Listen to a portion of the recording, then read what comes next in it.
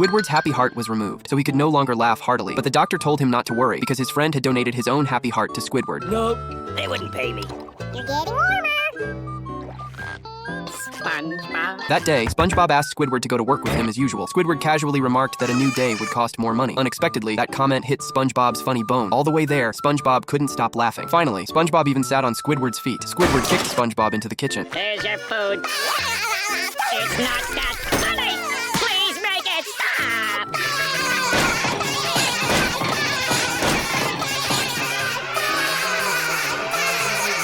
When they got off work that evening, SpongeBob was still laughing. He went home with Squidward. Squidward was on the verge of a nervous breakdown. The next day at work, SpongeBob was still joking about that same line. However, just as he was laughing, he felt that something was wrong. Squidward noticed something was off too, so he came up with a brilliant idea. He told SpongeBob that laughing too much could damage the heart of joy. If he lost his heart of happiness, he would never be able to laugh again. The innocent SpongeBob believed this wholeheartedly. Squidward suggested that all he had to do was hold back his laughter. To protect his heart of happiness, SpongeBob decided not to laugh for the entire day. Just then, he ran into Patrick Star. Patrick Star accidentally tripped over a banana peel. SpongeBob rushed over to stop him. He explained that he couldn't laugh. Patrick Star didn't understand. He started teasing SpongeBob on purpose. SpongeBob had no choice but to get away from Patrick Star. He tried to stay calm, but then he stepped on a fart ball. To make matters worse, fart balls were everywhere. Everywhere!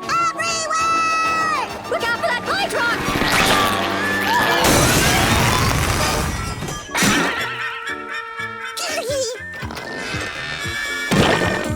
I gotta get out of here!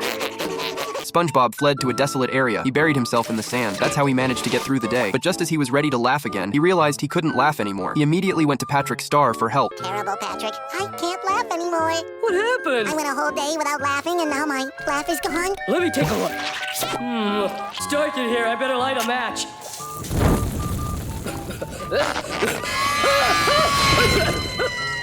SpongeBob finds Mr. Krabs and explains the situation. Mr. Krabs tells him that only money can bring happiness. To help SpongeBob, Mr. Krabs makes an exception and allows him to touch the money, but SpongeBob still can't laugh. Then he goes to see Sandy. Sandy gives him all her joke books. Even so, SpongeBob still can't laugh. Meanwhile, Squidward's life was going smoothly. Just as he was about to enjoy a quiet evening, SpongeBob suddenly burst into tears.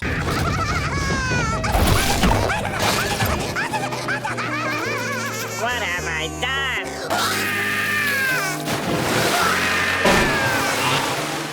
Oh, that's it. This charade has to end.